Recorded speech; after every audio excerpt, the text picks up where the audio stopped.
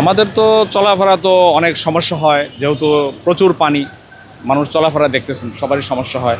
তো সেই জায়গা থেকে আপনার সরকার যদি মনে করেন এই যে পানির নিষ্কাশনটা এখানে ভালো নাই, সমস্যা এটা। আর একটা নতুন করে সমস্যা দাঁড়িয়েছে, এই যে আপনার নতুন করে খানাখন্দ করতেছে, ফুটপাত মিলিয়া ড্রেনেজের যে কাজগুলি এগুলো হচ্ছে খুবই ধীরগতি।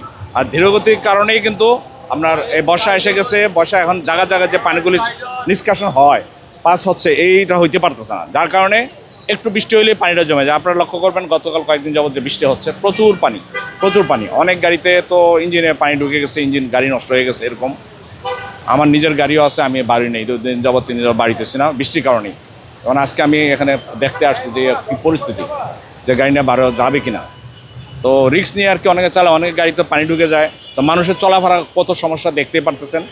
মানুষ স্কুলে বাচ্চা কাচ্চা যায়, অফিস আদালত যায়, সবই সমস্যা। তো এখানে নিষ্কাশন ব্যবস্থাটা যদি ভালো সরকার দেখে, তাহলে এর থেকে দুর্ভোগ থেকে আমরা লাঘব পাবো আর কি, ইনশাআল্লাহ। জি, এই জন্য সরকারের দৃষ্টি আকর্ষণ করছি যাতে এইদিকে একটু এই সায়রাপাড়া, কাজীপাড়া, 10 নম্বর নিয়ে এই এলাকার মিরপুর তথা এই এলাকার দিকে যাতে নিষ্কাশন ব্যবস্থাটা নেয় এবং খানাখন্দকে খুব দ্রুত গতিতে কাজগুলি করে, তাহলে পানিটা নিষ্কাশন খুবই সহজে হয়ে যাবে। তাহলে এই পানিটা জমবে না, মানুষের দুর্ভোগ কমে যাবে।